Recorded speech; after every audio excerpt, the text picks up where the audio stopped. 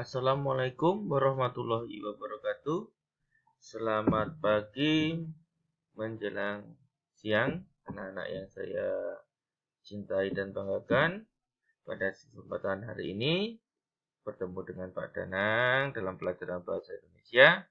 Kita akan membahas kembali tentang kalimat utama. Nah, sebenarnya ini merupakan materi pokok dalam bahasa Indonesia yang sudah pernah diajarkan untuk dipelajari di kelas 4 dan 5 dan di awal semester. Mbak ajarkan dan Mbak Pia ajarkan Mbak PPL itu. Tapi Pak Danang akan membahas lagi supaya lebih paham. Tolong diperhatikan, ini Pak Danang akan menggunakan teks dan bisa Danang ringkas seringkas-ringkasnya supaya mudah untuk dipahami dan dipelajari. Perhatikan, di sini ada pengertian kalimat utama. Kalimat utama merupakan kalimat yang secara umum berisi tentang gagasan pokok atau ide pokok yang membutuhkan kalimat penjelas untuk memaparkan isi paragraf secara detail. Jadi kalimat utama itu adalah kalimat yang di dalamnya itu dapat gagasan pokok dan ide pokok. Gagasan pokok dan ide pokok itu apa sih? Adalah permasalahan yang dibahas. Jadi kan masih bersifat umum. Ya tidak? Setelah itu, nah kalau bersifat umum itu berarti membutuhkan sesuatu yang khusus, yaitu kalimat penjelas. Sesuatu yang menjelaskan permasalahan supaya paragraf itu lebih rinci. Kan seperti itu. Nah, maka ciri-cirinya kalimat utama itu Pak Danang membuat ada dua, lebih mudahnya seperti itu. Berisi tentang hal yang dibahas dalam paragraf karena di dalamnya kalimat utama terdapat ide pokok atau gagasan pokok. Jadi di dalam kalimat utama itu ada ide pokok atau gagasan pokok yang disebut permasalahan yang dibahas dalam paragraf. Yang namanya permasalahan itu kan membutuhkan suatu penjelasan. Nah, makanya ini yang kedua, isi dari kalimat utama masih umum, baru berupa pertanyaan. Bisa pertanyaan, bisa pernyataan yang masih bersifat umum, maka membutuhkan suatu kalimat penjelas. Maka paragraf yang baik, paragraf yang enak itu terdiri dari satu kalimat utama atau dua kalimat utama awal atau akhir, atau satu kalimat utama di awal ataupun di akhir dengan beberapa kalimat penjelas yang urut dalam menjelaskannya. Jadi mudah untuk dipahami. Nah, kalau yang ini hanya sebatas untuk untuk pengetahuan saja ya. Jadi berdasarkan letak apa sih kalimat utama, maka paragraf itu dibagi menjadi 3. Ini harus tahu. Jadi paragraf deduktif itu pelajaran kelas 45 itu ya. Paragraf yang kalimat utamanya di awal. Jadi ini kalimat utamanya di awal berarti deduktif. Kalau induktif, kalimat utamanya di akhir paragraf. Kalau campuran, kalimat utamanya di awal dan di akhir.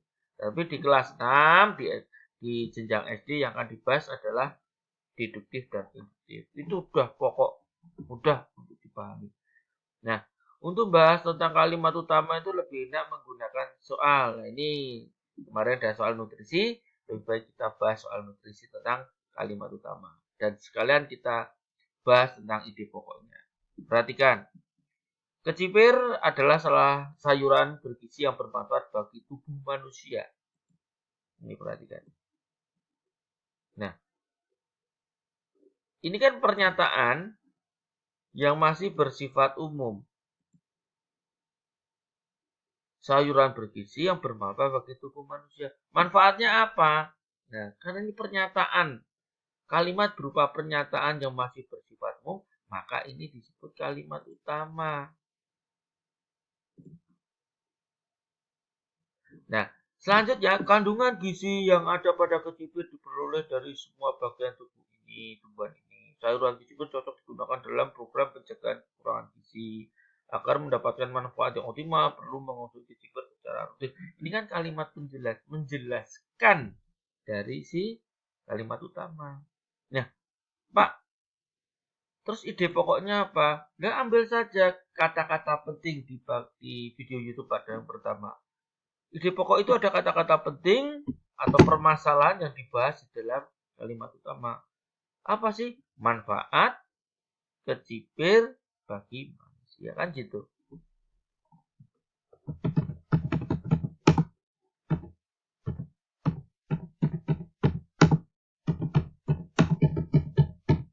Selesai. Jadi yang namanya kalimat utama itu keseluruhan kalimat ini. Utuh satu kalimat itu ditulis. Itu kalimat utama. Kalau ide pokok itu hanya kata-kata penting.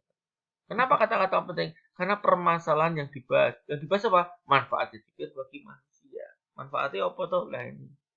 Ya, mudahan selanjutnya yang nomor 2. Nomor 2 ini juga mudah. Nih, sekolah dasar Dharma Bakti adalah sekolah unggulan. Unggulannya apa? Nah, ini yang kalimat penjelasnya kan seperti itu. Unggulannya tentang prestasi siswa, pernah juara matematika, olimpiade, kartu sehat, ekstrakurikuler, masuk 3 provinsi. Itu adalah unggulannya. Ini ada kalimat penjelas. Sementara yang sekolah Dharma Bakti adalah sekolah unggulan. Ini kalimat utama. Makanya masih bersifat umum. Ini masih bersifat umum. Ya enggak membutuhkan suatu penjelasan. Makanya itu disebut kalimat utama. Kan seperti itu. Jangan bingung. Ini mudah sekali. Ya, ide pokoknya adalah apa? Sekolah unggulan Dharma Bakti. Ya gitu.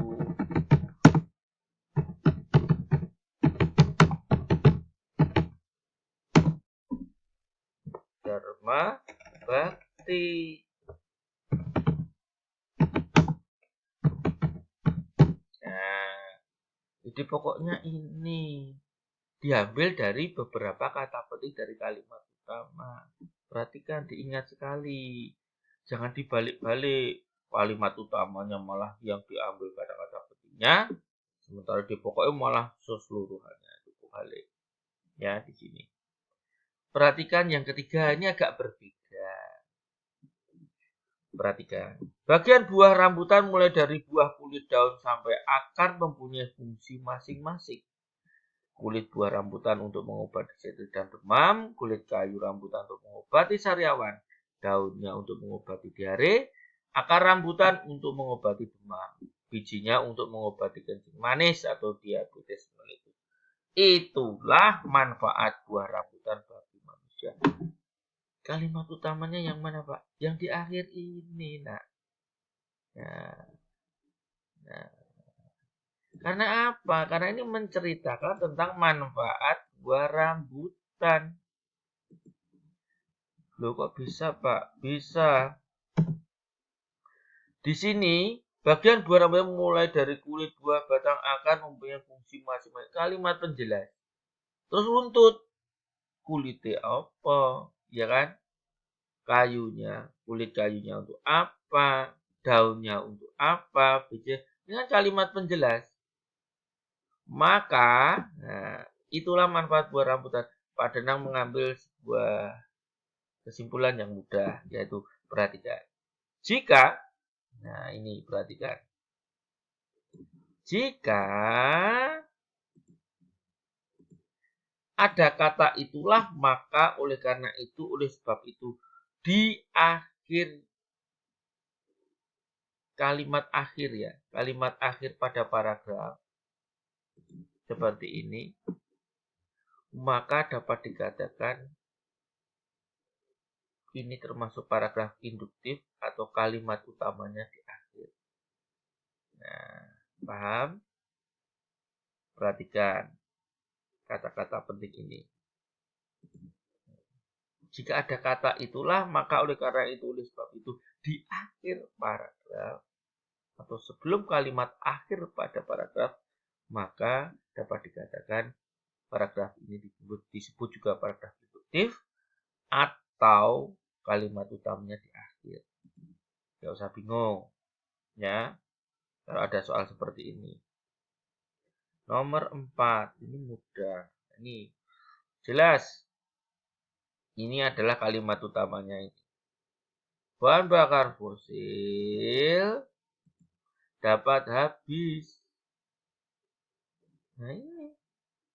Habisnya piye? Habisnya bagaimana? Kan gitu. Ya seperti itu. Habisnya bagaimana? Nah, ini penjelasan. Penggunaan bakar ini harus hemat. Meskipun jumlahnya banyak, jika diambil terus-menerus, bahan bakar ini akan habis juga. Generasi akan datang terancam tidak bisa menikmati. Nah, kalimat penjelasnya seperti itu. Jadi pokoknya apa? Jadi pokoknya, ayo bahan ide pokoknya adalah bahan bakar fosil dapat habis juga bisa. Habisnya bahan bakar fosil. Lagi merga apa? Karena apa? Karena kita tidak mau menghemat. Jika kita menghemat, ya tidak akan habis. Kan gitu. Yang kelima, ini mudah juga. Usaha mendapatkan buah mangga yang berkualitas bisa dilakukan dengan pembastaran. Nah, kenapa ini kok kalimat utamanya ini? Kenapa kalimat utamanya ini? Kenapa? Karena ya perhatikan mudah seperti ini. Perhatikan. Karena ini kalimat ini masih bersifat umum.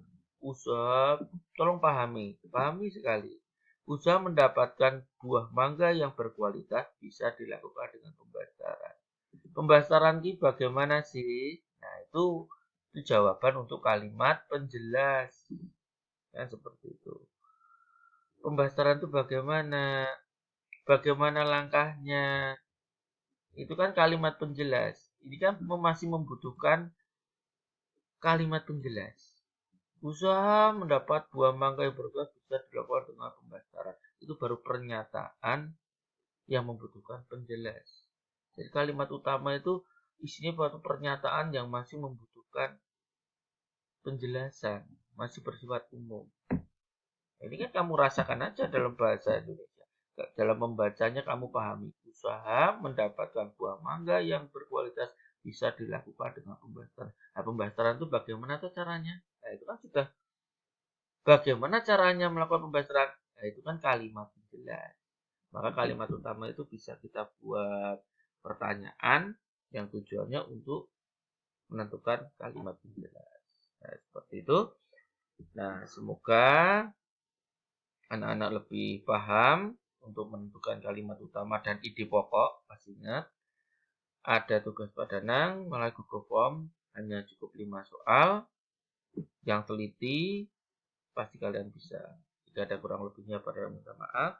Assalamualaikum warahmatullahi wabarakatuh.